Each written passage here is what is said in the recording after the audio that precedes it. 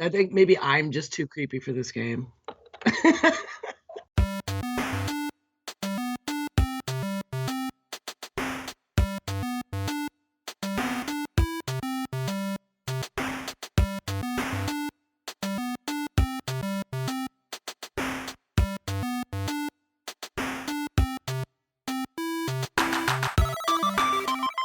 Hello and welcome to the Part-Time Gamers, a gaming podcast for people with full-time lives. I'm your host Searanex, and I'm joined by my good friend Nineof12. Zach is currently being a responsible adult and attending one of the kids. I think he said it was like a violin recital or something, but yeah, so he's not going to be joining us today, but hopefully he'll be back in a couple weeks. But still got September with me, and how you doing, September? I'm doing just fine, getting ready for the holidays. How about you? Yeah, doing pretty well. Lots of stuff going on lately, but and a whole lot of not preparing for the holidays, other than putting like snowflakes on the walls. But yeah. I don't have any decorating done, so. Oh yeah. Well, I think my my grandma's got most of her decorating done already because she was smart and actually tried to do it while it was still somewhat warm out, and also they have a lot of I think have like 3 or 4 trees now that they decorate just from all of the like commemorative and ornaments and stuff my uncle has collected over the years. So wow, he's got so many now that they actually require to have 3 trees to fit them all.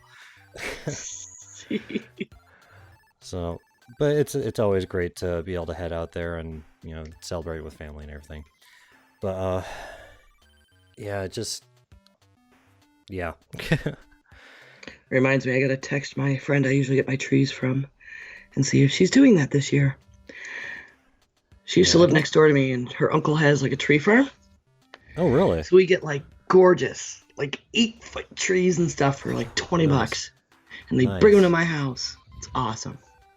Awesome, yeah. Yeah, I don't think we're going to be able to do an actual tree. We might, like, my wife is pretty apt with arts and crafts, so she might make a construction paper tree. Oh, but I don't know, we haven't decided yet. But, so far all the decorating we've done is we've got some borrowed holiday lights and some snowflakes on the walls, and that's about it. Yeah, I'm like, what is it, the 7th? So I'm a week late even putting the advent calendar up right now. Oops. Man, I still remember those from my childhood. Like, I was just excited about getting the chocolate. Ours it doesn't have chocolate. It's like a permanent one that one of the grandparents gave us that she made, and it's like a burlap type back and this big tree, and it's got all little snaps, and it's got little felt, all Christmas themed figurines, like little horns and angels and train and a soldier, and they're in little pockets for every day in December. And so in the morning, the kids get up before school and they like snap on the next days. It's kind of a little countdown. Yeah, my parents always did the just the disposable ones with chocolate in each day. And I think the very first time they got it, I was still pretty young, and I just opened up all of them, ate the chocolate in one night. I think every kid, I think, has done that. Good, they make them with booze now. So. Oh, really? Oh, yeah. A little bottle of fancy whiskey in each day. That'd be I want one of those. Yeah, if I had like something like coconut rum, I'd probably do it. I'm a wimp when it comes to alcohol. But anyways, getting into our water cooler talk. What have you been up to the last couple weeks? What are you looking forward to? What have you been playing lately? Well, one super nerdy thing is I finally got all the ingredients, and I have made all 4 of the World of Warcraft herb and spice blends from the cookbook. Nice. And I made like custom labels for each of them with graphics and fonts I thought were cool and kind of fit in with the different parts of the world they come from, or, you know, the autumnal has leaves on it and stuff. And I shipped some off to a friend of mine in a little box, and he also plays, so He's happy, so nerdy achievement earned. Indeed. um, Working on assembling my son's computer still, a month after his birthday. Yeah. Almost there. Almost there. I'm missing like one cable. I went to install a solid state drive this morning and Ooh. realized I'm missing the right cable. Yeah, that'd do it.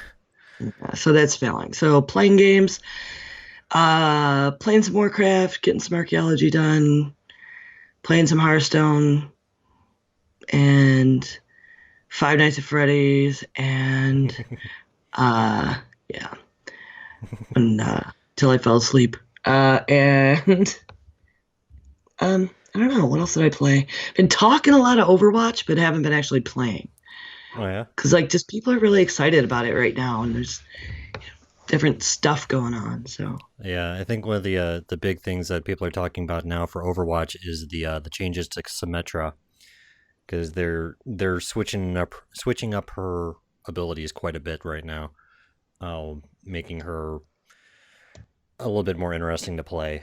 So I'm actually looking forward to that as well. have you tried this brawl that's on right now? Oh no, I haven't yet. I heard it's pretty cool. It's like a flying Ooh, brawl. hmm. Yeah, I'll have And you to. can only play Mercy and who's the other flying Um, one? Farah. Farah? Yeah. Yeah. It's like only Mercy and Farah. And you're Huh. all zooming around up in the air Oh. fighting. So And it's like nearly impossible to actually hit anyone. but I might try Yeah. it. Yeah, I might try it too. Um, So what have you been doing?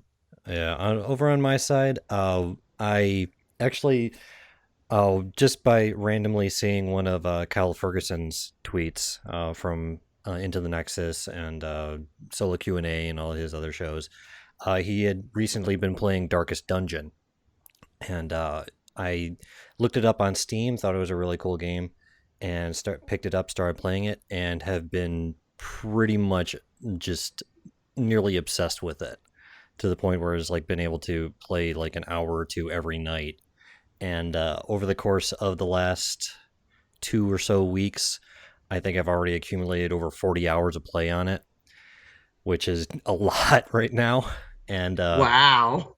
yeah, it is. It's not a game that I would really be able to talk about on the show, just because it is an extremely long game.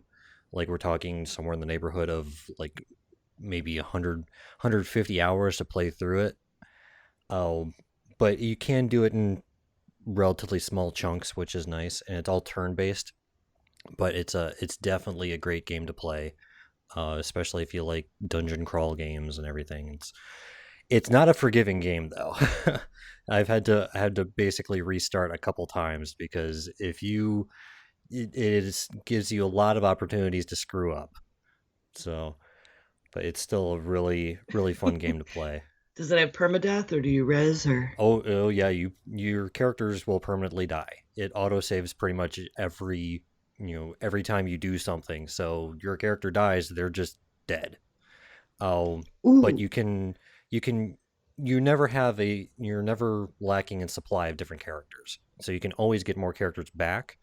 It's just a matter of you have to then level up these characters. You have to get their trinkets, all their stuff upgraded. It takes a lot of resources to do it. So if you lose a character, you lose a lot of time and resources that you put into those characters. So, ugh. excuse me, I burped. Well, Maybe at motivation to least one stay per show. alive. Yeah, but, Yes.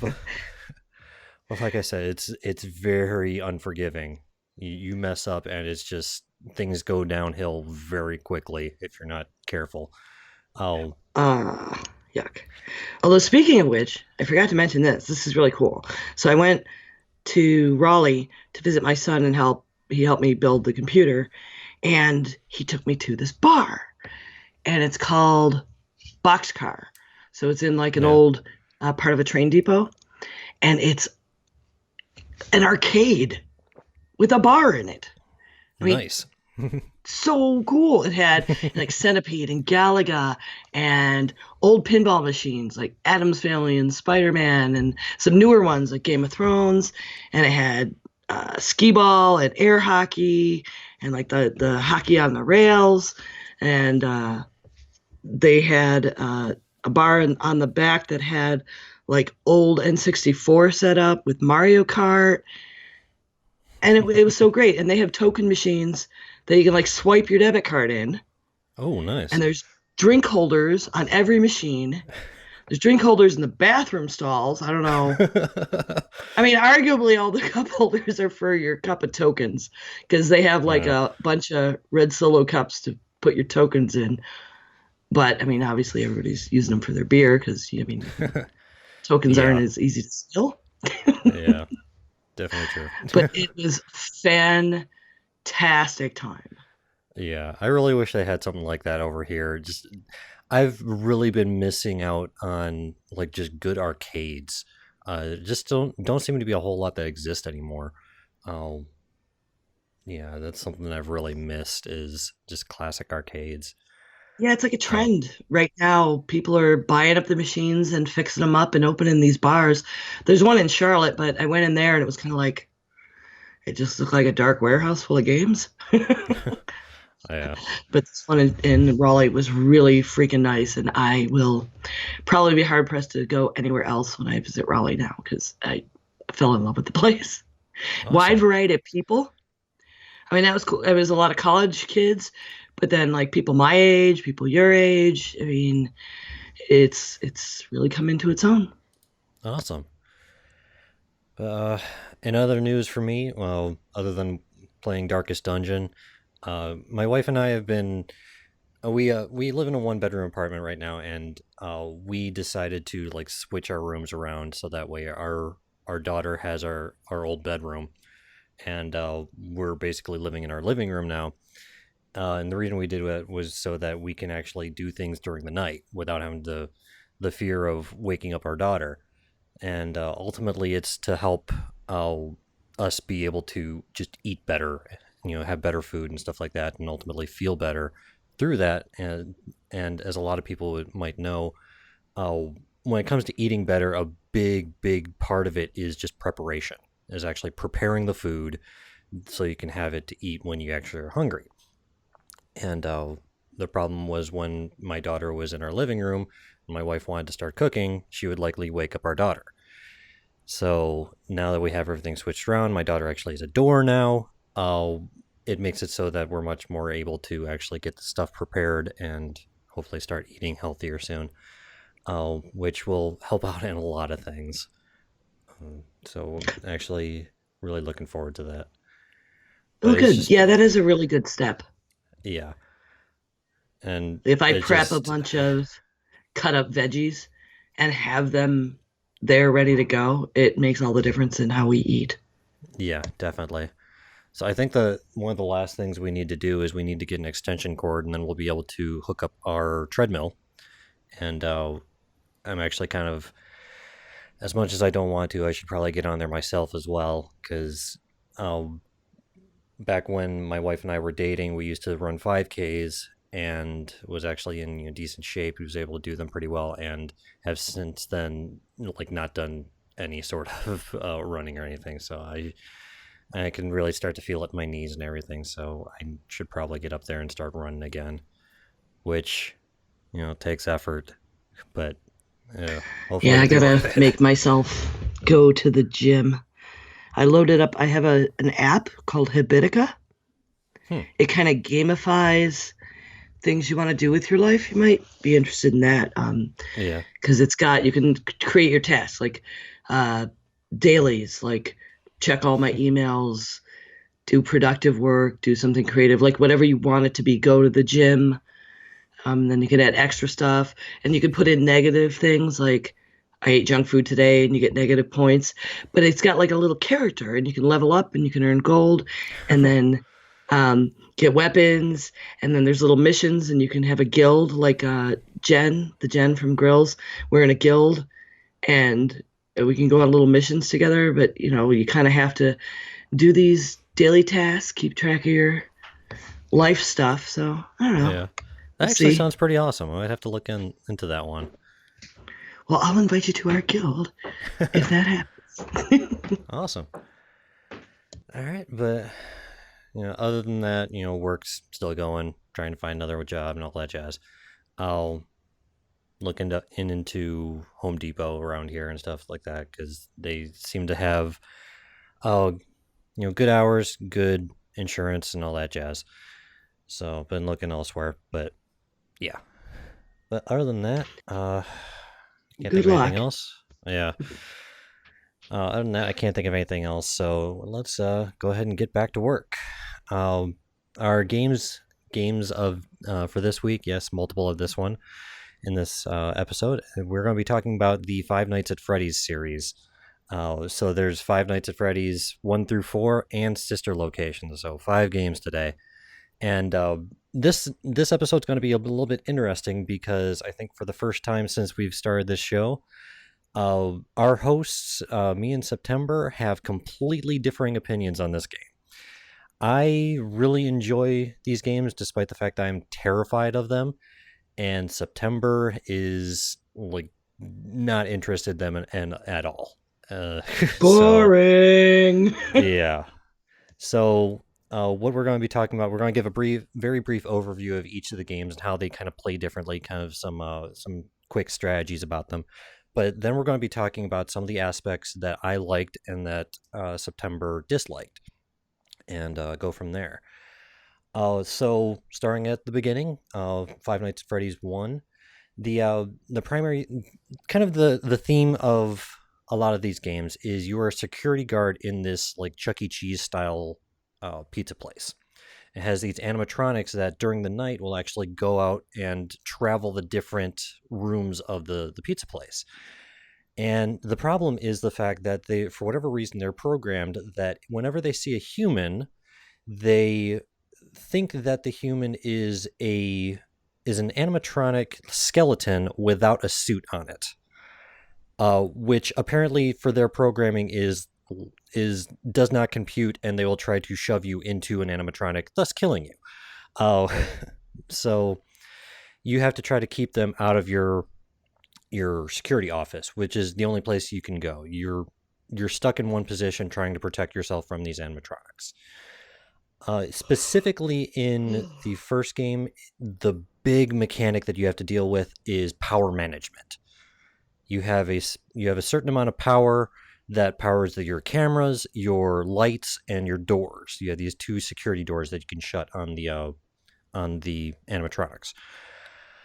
You have to all of those take power. So you have to try to use the doors, the lights, and the cameras as efficiently as possible to conserve the power to last you the night. If you run out of power, the animatronics will get into your office and kill you. Oh, and one of the things that's kind of a trap is the cameras. What I mean by that is they have cameras that show you all these different locations of the pizzeria, but there's only one that is actually relevant to surviving in the game. And that is the one that is watching this animatronic named Foxy in the Pirate Cove. His behavior is that the less that he's observed, the more active he becomes. So, and he will, if he becomes active, he'll run down the hallway into your office and kill you. But the more you watch him on the cameras, the less active he becomes, the more likely he is to stay at his original location. So that's really the only camera you need to look at. Everything else is you only need to activate the lights outside both doors, and if there's an animatronic outside those doors, you shut the door. So it's kind of an interesting mechanic that way. For FNAF, well, actually, September, did you have any other comments for the original FNAF? Oh, Five Nights at Freddy's, I should say. Yeah, so it was so boring. I got through, I don't know, 3 nights and about an hour, and it wasn't very hard. Like there wasn't enough to do. It was annoying the first time through. We need to figure out it's the power management and the premise. It occurs to me maybe I'm desensitized because I worked at Disney for years, so like I'm just not creeped out by these things at all. And Yeah, you go the through. fan. It's Did a you ever small world play? after all a couple times, and I'm sure you'll be desensitized to a lot of things. Oh, that thing. That thing's actually creepy. That's scarier Yeah. than Haunted Mansion by an awful lot. Um, but do you ever play that game where there's like a mobile game and there's a fan in the room and you're throwing a paper wad at it, and then sometimes the fan's faster or turning a different way and you're trying to throw the fan or your paper wad in the garbage. I'm sitting in the security office watching these cameras and I just check them once in a while or turn on the light so I can shut the door before they get to me. And I just wanted to throw paper wads in the trash so I had something else to do or shut off the fan because it's sucking power. Yeah, that's actually been a theory as part of it as well, as why your power is constantly going down, because the fan's running in the office. You can't turn it off. But but yeah, And that's thank you, Mr. Helpful, for calling in. yeah. I mean, I guess you get Yeah. hints, but yeah, who would go back to go back to night two? No. Yeah. But yeah, I think that's one of the things that where we differ in general in the series is the fact that uh, for me it's this like constant state of tension, because at any moment you do any wrong move, you're going to get attacked.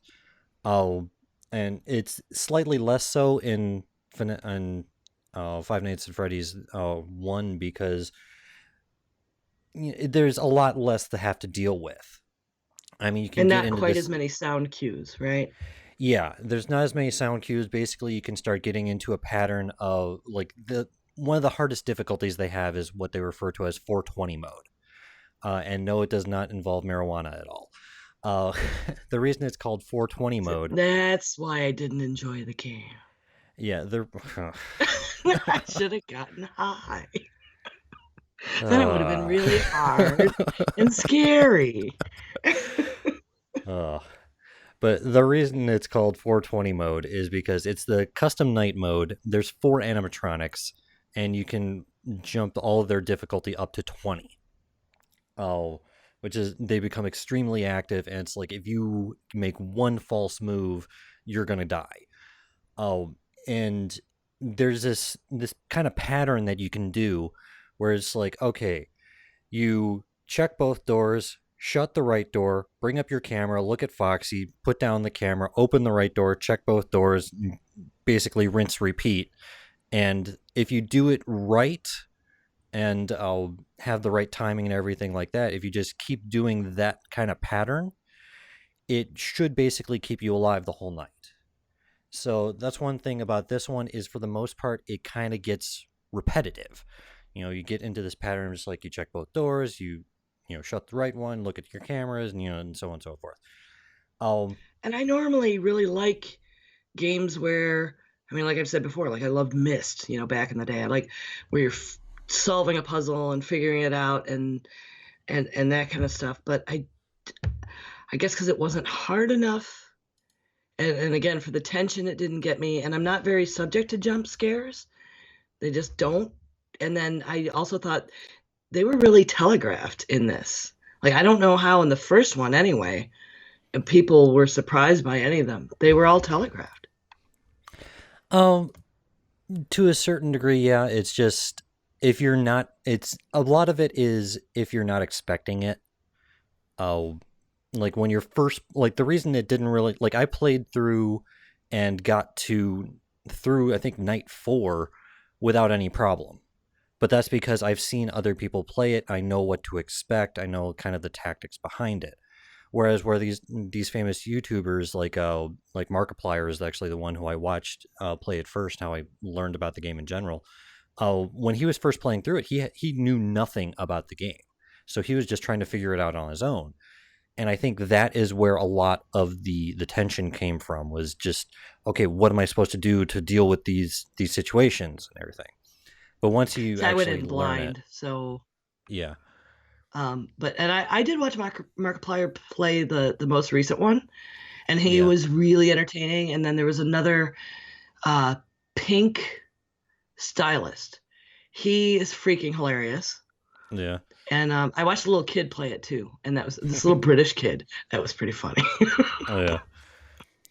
But anyways, continuing on, in Five Nights at Freddy's 2, game changes a little bit. It's still you're a security guard in an office at a different different version of Five Nights at or a different version of the pizza place, but this one is a lot more frantic. This one, Five Nights at Freddy's 2, is I think considered the hardest game in the series because first of all there are 11 different animatronics to deal with instead of the 4 from the original.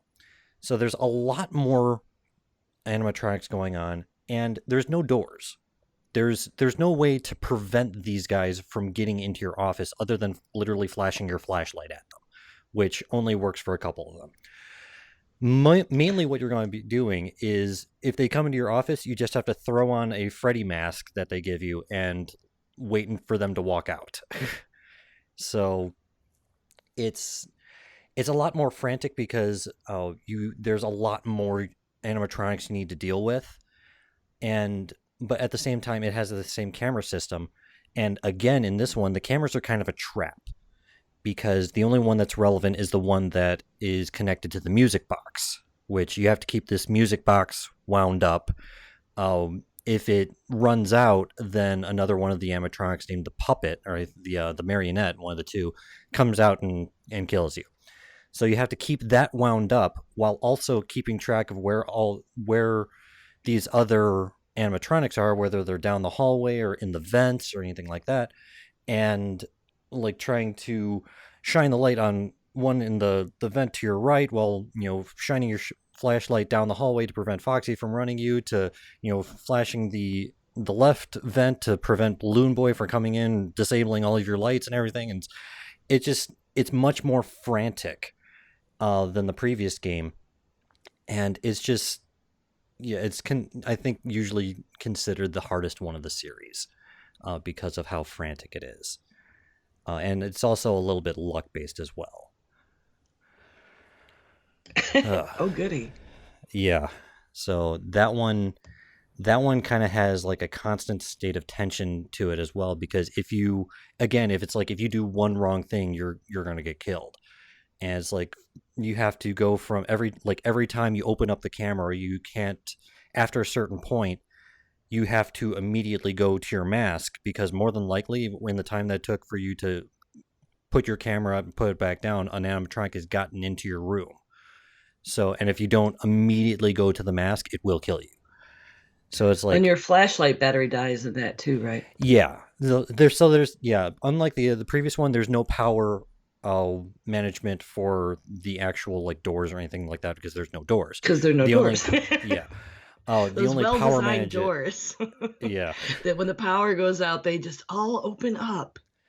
Well, like there's a whole logic behind the doors of the first one. Is like the reason they suck power is because they're like magnetically closed, and they're supposed to be safety doors, like if the power goes out or whatever, it's supposed to open. But anyways, different subject. Unlike, they should have lockdown doors in that situation where it's the opposite. You'd think, but then it'd be a pretty boring game. But you should be able to rig it. I mean, come on. Again, it would be a pretty boring game then. But well, it'd be more interesting in sci-fi if I could rig the doors. Yeah. But yeah, and FNAF 2, it's just a lot more frantic, and yeah, a little bit more crazy. In FNAF 3, it is again a different kind of mechanic, a different setting. And the reason also I'm calling them FNAF is because it's just easier to say that instead of Five Nights at Freddy's all the time. But in FNAF 3, you're actually they turned the Five Nights at Freddy's, or they turned the Fazbear's Pizza, the whole thing into an attraction, because the animatronics were attacking people and everything. So they turned it into this like horror attraction, and like got a bunch of different artifacts or like different things from the previous locations, including this one animatronic, which you find out later on is called Springtrap. And basically this one differs a lot from the other ones because, unlike the other ones, the previous games, the cameras are the central part of the game. You're actually looking through the cameras, trying to keep track of this one animatronic that's traveling through the halls, and you're using this sound system in order to lure him to different rooms in order to keep him away from yourself. So it's like I said, unlike the other games, you're almost always looking in the cameras. There are the kind of wrinkle though is the fact that a bunch of the previous animatronics like Balloon Boy, Freddy, and all these other ones kind of show up as hallucinations and start to mess with you. Like, for example, Balloon Boy, when he appears, he'll jump scare you and he'll shut down your ventilation system.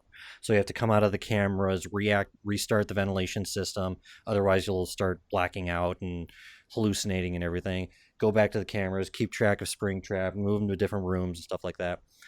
So it's I don't think it's quite as frantically paced as FNAF 2, but it's still very it still gives you that tension because it's like, okay, I need to get the systems back up in time to get back to the cameras to move him around, but it's a lot less luck based and a lot more skill based because it is that dimension of like moving him to different rooms and trying to figure out, oh, like your camera system can go down, so you can just try to blind fire an sound bite and try to move them to a different room and everything. So it's it's a lot more skill based though. See, Trying I didn't to play 3, but that seems more interesting to me.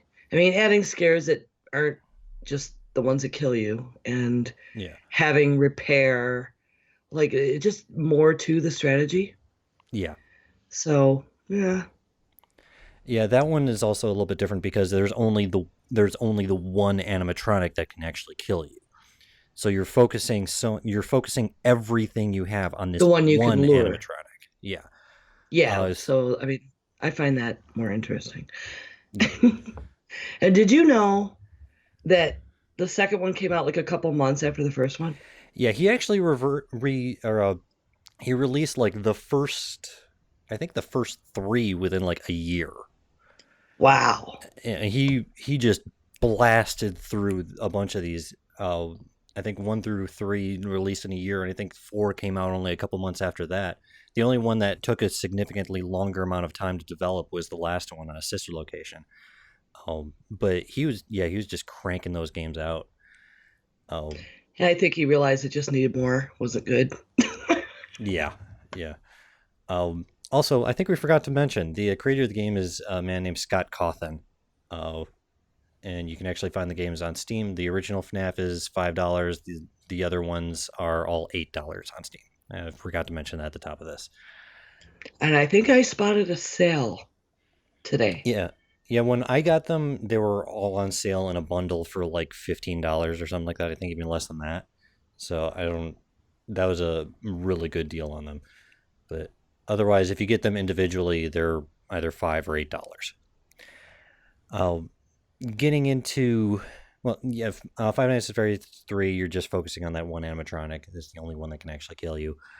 In FNAF 4, again, it takes a pretty big departure from the previous games because unlike the previous games, you're no longer playing a security guard in one of these locations. You're actually playing a small boy in his bedroom.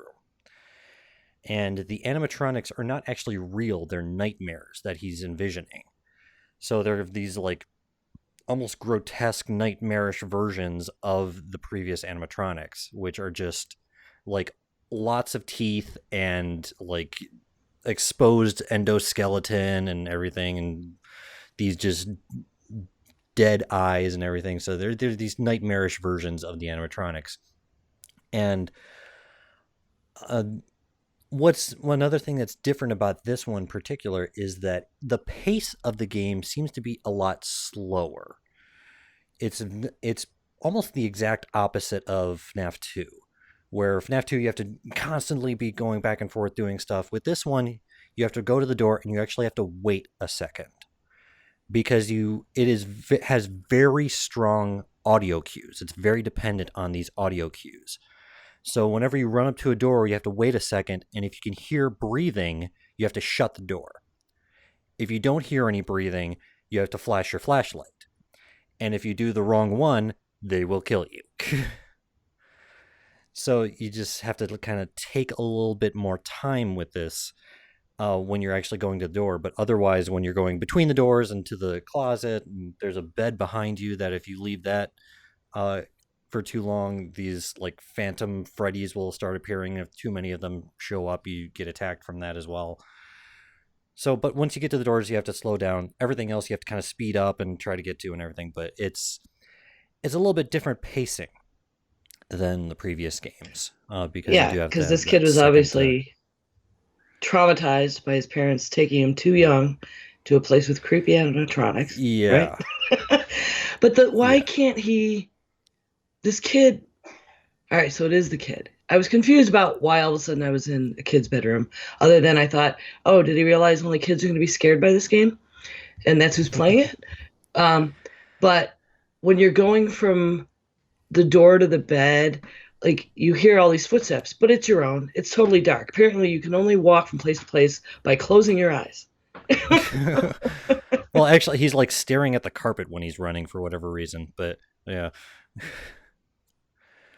but Because that's safe. it's yeah, Maybe it's lava and he should be jumping from place to place. yeah. But it's again, it's just a different feel to it because of the pacing is different. They don't have power management at all like the first one. It's not as quite as frantic as the second one. It's just a lot of you got to listen for those audio cues and act accordingly. Because if you don't wait long enough, and you just immediately flash your flashlight and they're there, they'll attack you, and so on and so forth. So it's a much There's a different fan in the pace. room. Yes, there's also a fan in the room, although I don't think it's actually running when you're playing it. No, and it's like I think it's just purple still. or something. Yeah. And that's the thing. That's another thing is, for whatever reason, the fan is a common theme in all of the games. There's always a fan somewhere in the game, uh, which is a thing. Uh, Lastly is the latest game, which they've just recently released. I believe last month, or no, I think it. No, they released it. I think October, so a couple months ago now. Which is FNAF's sister location, which is a completely different location. It's not any of the Freddy's Fazbear pizzerias or anything like that. It's another animatronic. It's like an animatronic warehouse that rents out these different animatronics to different locations. Stuff. This is like supposed to be their warehouse and repair center or whatever. And one thing that's unique about this one is it's much more story driven than the previous games. You're not just stuck in one location trying to protect yourself from these animatronics. You're actually going, each night has you doing something different, has you doing a different task each day or each night. Oh, and these range from going to a location and making sure all the animatronics are working, and then trying like hiding underneath a console trying to keep this door closed as this animatronic is trying to open it and attack you. Another time you're stuck in one of these animatronic suits that it's called the Springtrap suit, which actually opens up so you can wear it, and you're trying to make sure that the spring locks don't come undone and everything like that. And then there's another one where you have to like walk through this animatronics area and to get to another location, do some other random thing. So it takes you, each night has a different task for you, each night plays differently, which I think is interesting. It's not just each night is the same thing getting progressively more difficult like the previous games. It actually is varied, which is It actually I think has, pretty cool. and you can go into a different room. Yeah, yeah. Granted, you have to crawl through vents in order to do it, but yeah, you can go to different rooms. It's not all locked Yeah, into because one that's good location. design. Yeah, I just it's funny to me, like the narrative of you're going through a training scenario, yeah, but you're taken down underground in the elevator and have to crawl through vents to get everywhere because it's not shady or yeah, anything. yeah. But the other thing that I think is really interesting about the of sister location is it has a lot of humor in it with the touchpad. I think those little With the moments are shocking. hilarious. Well, there's a like each time you're in the elevator, it asks you a different thing and like brings up a touchpad, and you can't Oh actually yeah, input yeah. anything correctly on the touchpad. It's glitching out, but it's like this weird AI thing that is guiding you through the whole game. Just like says something along the lines of apparently you had a problem with the touchpad, but I can see what you're trying to do, and I will autocorrect for you. At one point is like the first one is you have to try to input a nickname for yourself, and it does it glitches out and says something along the lines of, from now on you'll be referred to as Eggs Benedict. And it's Yeah. like those little moments of humor are just awesome. But it's much more story driven. I think that's a really cool departure from the previous games.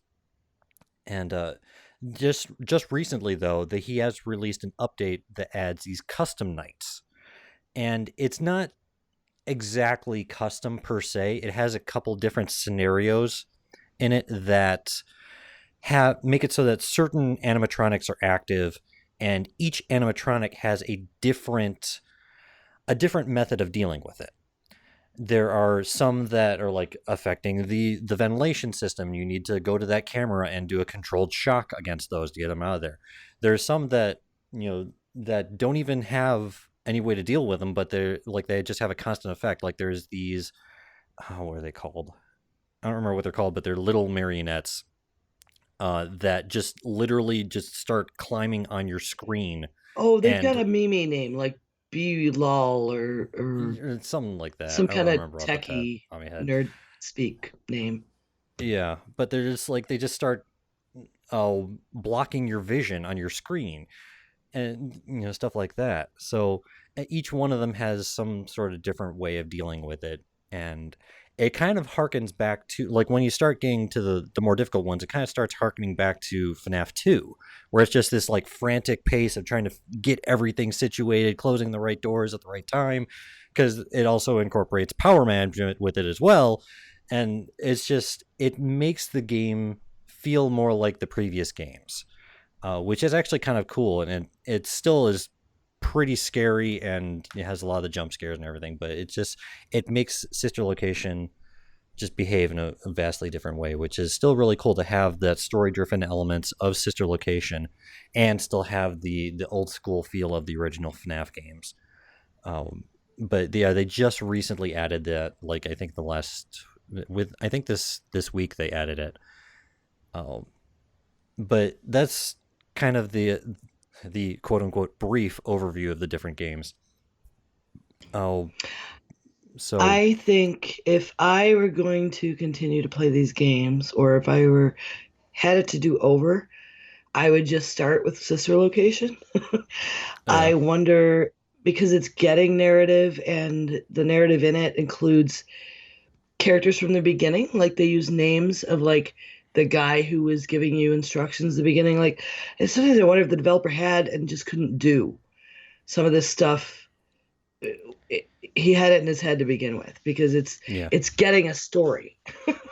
Well, actually, for anyone who's more there actually is a pretty lengthy lore behind all of the games, and if anyone is interested in trying to figure out a lot more of the lore, that, like, a lot of people have been working on it and still haven't nailed it down exactly.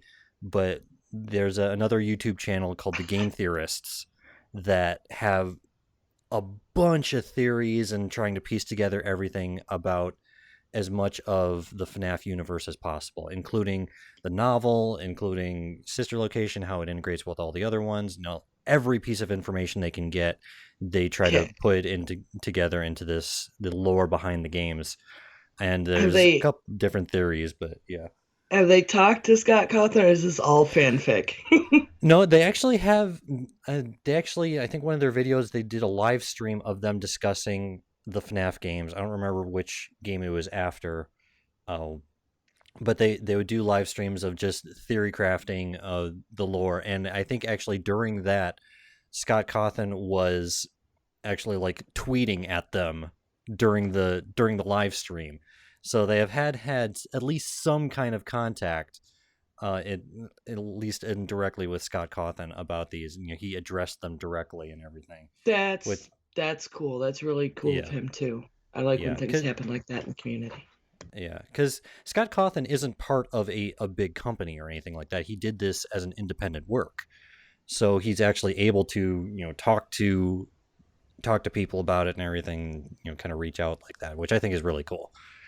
Um, but yeah, so I watch a lot of the game theorists works and everything. And I think it's a really cool channel, and they've done a lot of work with the FNAF lore. And so if you're interested in kind of the story behind it, I would definitely suggest looking through their videos.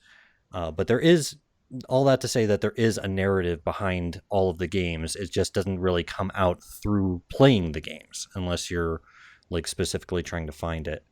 But yeah, I mean, a I lot more of think it. Yeah, go ahead. from what I, did see, I think it's starting to lean toward like, I mean, especially with the electroshock stuff. Like, I wonder. I think it's going towards something dystopian, and they were intentionally created to be, uh, mal- you know, uh, what's the word I'm looking for? Malicious, Yeah, or it's an AI glitch. Because with yeah, the deal where once they get disconnected from servers, I mean that started at the beginning. But it would be way more interesting if it goes that route to me. Like I think Sister Location is the only one that I thought was not just kind of tedious. yeah. And I can understand that. I mean, a big part of the games is that tension, which again is where we kind of differ. Is the fact that for these games, I feel that tension of just like, okay, one wrong thing. If I flash this flashlight the wrong way, I'm going to get attacked. And the jump scares actually get to me, like to the point where frequently I start the game and I cannot power through it. I like not even without a jump scare even happening. It's like just that tension starts to get to me. Whereas for I've you, I seen a don't lot think of you. that. People like Yeah, can't play it at a stretch and like, and I mean, I guess you need that tension for jump scares to work. I yeah, don't. It Yeah, it just doesn't work on me. But now yeah. I know when we meet in person that I can scare the crap out of you real easy. Oh, I mean, I'm a wonderful. person that like you can sneak up behind and like if somebody you grab you, and I don't. I just turn around slowly and Yeah, I'm like, what the hell's wrong with you? So yeah, maybe it's just something I'm immune to. yeah. But yeah, I do think that that's actually like the biggest difference and why I enjoyed the series while you thought it was boring and tedious.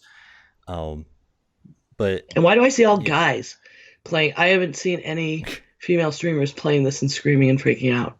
Come yeah. to think of it. I don't know, Hmm, but I wonder. It bears further research. yeah. All right, so I can't think of anything else to mention about them. Can you? Think we're all set for that one Nope. right now. Yeah. But yeah, so I guess the bottom line is if you're immune to jump scares, then these games are probably going to be a little bit tedious, as they were for September. If you are, if you do feel that tension while you play games and stuff like that, they're probably going to be a little bit more enjoyable for that scare factor. But And if puppets and yeah, clowns and people in costumes freak you out, man, go right ahead and enjoy your scariness. yeah. But even if you don't want to play the games, there are a lot of streamers and such that have played through them. I mentioned Markiplier, the game theorists have played through it. Jacksepticeye has played through it. A bunch of these different big name YouTubers have played through it because Like I said, at the that pink time, stylist, he was hilarious. yeah, Oh, and that was like the best redeeming quality in all the research and trying to play these games was for me. It was like watching those Game of Thrones, like Red Wedding. People took pictures of their friends' reactions, and they're like, "Oh my god!" and yeah, like just waiting and watching, and because you know what's gonna happen. And for yeah, me, watching the videos of people playing Five Nights is like that, and it's hilarious. So yeah. maybe I'm just mean. I don't know. But all that to say that even if you don't enjoy playing it, you probably enjoy watching it. So there's plenty of places to watch it as well. But on that note, get the thing. There we go. It's And I've already warned September at the beginning, before we started the show, that this is probably going to be a lot of shot in the dark type answers, but we'll go with it anyway, because these are the questions I have. But yep, our employee assessment, and as you know, you need to agree with yourself, and yeah, go from there. I have a whole bag of dice. So worst case scenario, you can just choose randomly. That works too. So if we hear, we know what it is. All right. Coincidentally, that's also how I decide which answer is the correct one. I knew it. Yeah. I'm telling Zach. All right. Well, question number 1. How much is the main character paid at the end of Five Nights at Freddy's, the original one? Is it A, $100, B, $120, C, $140, or D, $160? And this is for 5 days of work. No, he gets death. Yeah. 120. It's just a check that literally just has death written on it. Void. He's dead. Yeah. Or it's 0 because they had to do that cleanup that they refer to. Let's say 120. Yeah. Well, that was a quick Seems answer. Seems to be what I remember from my minimum wage days. Because I'm old. All right, so you're going with 120? Sure. That is correct. They show a check at once you get done with night 5, and it's for $120, which is pretty awful for what you had to deal with.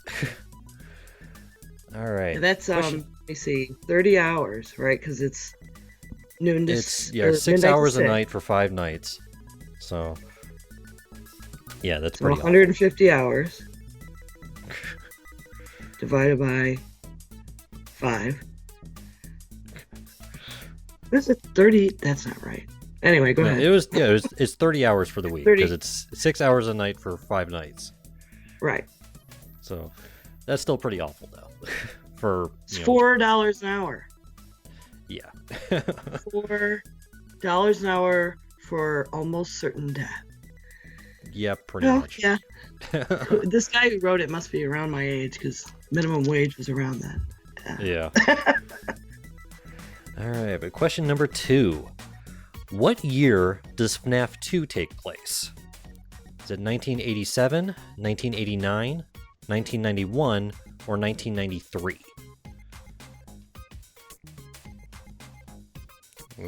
What year does FNAF 2 take place?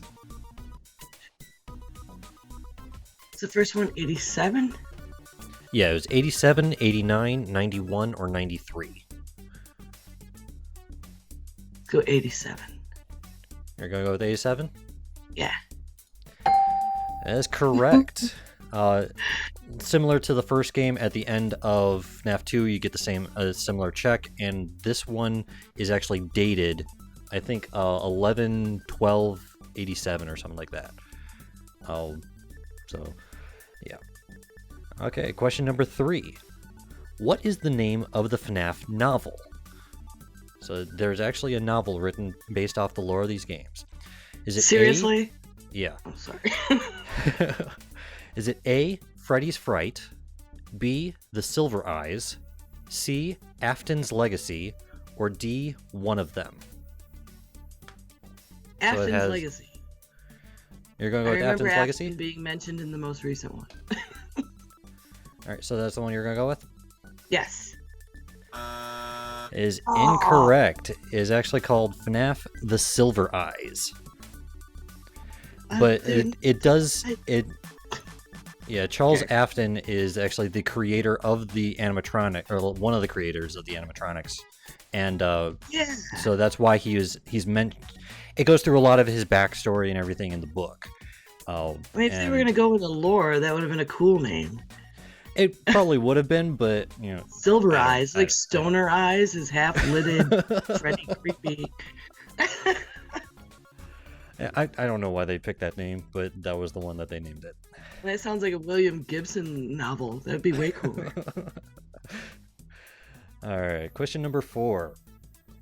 Scott Cawthon's avatar is from which of his other games?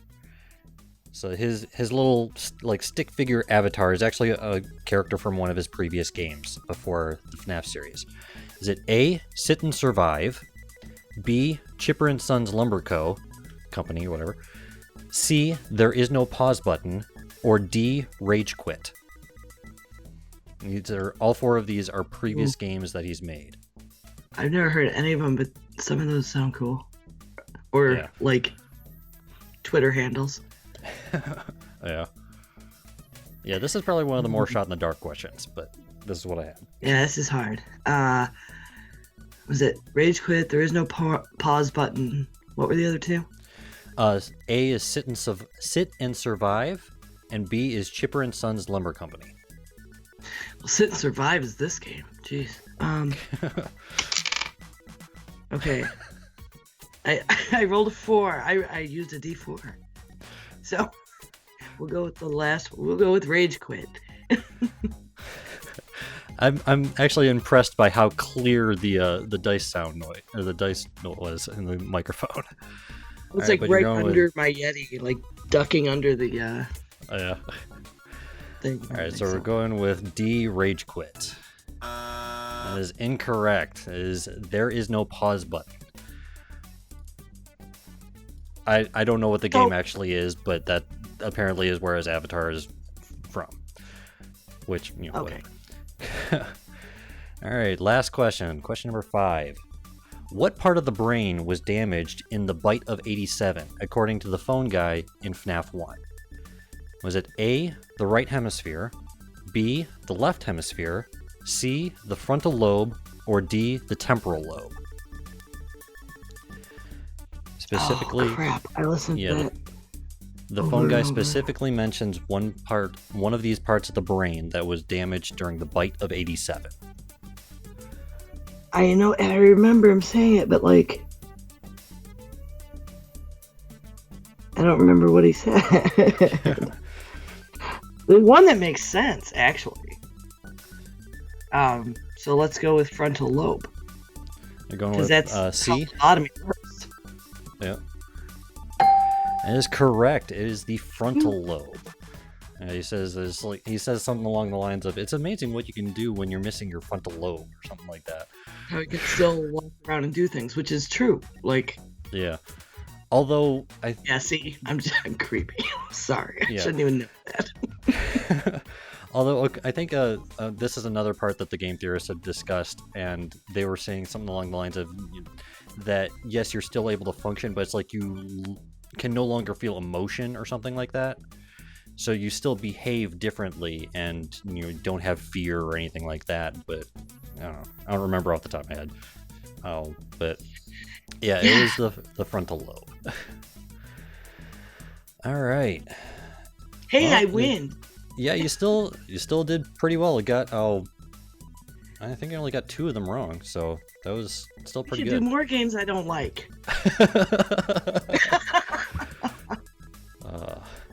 But on that note, I'm not being fair. It's good. It's just not for everyone's enjoyment. We all like different stuff.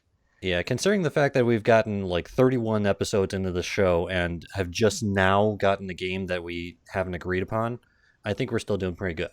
So, and it's an understandable reason why you didn't like it, because the jump scares specifically didn't really affect you, so you didn't have that sense of tension.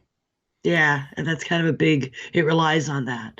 Yeah, although it does rely pretty heavily on it. The more recent one, I mean, maybe I'll give that time. Yeah, that one actually. Maybe I'll read the lore, cool. And then it'll be easier to immerse myself. Yeah, because the game wasn't doing it, right? Yeah. But yeah, on that note, I think we're pretty much done here. So everyone, thank you for joining us. And if you find value in our show and would like to support us, you can at patreon.com/parttimegamers or by giving us a 5-star review on iTunes. If you'd like to contact us, you can with our email, parttimegamers.cast@gmail.com, or on Twitter at PTGcast. You can find me on Twitter at Searanex or on battle.net with the battle tag Searanex number 1996, which I actually think is kind of interesting because I found out one of my coworkers is actually obsessed with Heroes of the Storm. So Uh, that was actually pretty cool to Oh, find right there. on. Yeah, so he sent me a friend request and everything, so might be able to play some Heroes of the Storm with him a little bit later on. You can find the show and the rest of my work at Caffeine Induced Productions. Amber, where can people find you on the internet? I can be found at 9 of 12 on Twitter. My battle tag is 9 of 12. That's NINEOF12, number 1102, and at geekgrills.com. Cool. And you can find Zach on battle.net with the battle tag Zachaleth1466, and it's Zachaleth with an X. Come back. Yeah. We Yeah. miss you. Hopefully you'll be back in a couple weeks. We had to change our record time a little bit because of the move with our apartment and everything. So hopefully you'll still be able to come on consistently. But You know what anyway, else I take away from this? what's Zach and that? I should quiz separately. He won Yeah, when I wasn't here. yeah. You think you're doing better when you're not We're together. really good at agreeing on being wrong. Well, whatever works. All right, everyone. Until next time, we are the Part Time Gamers. We are clocking out.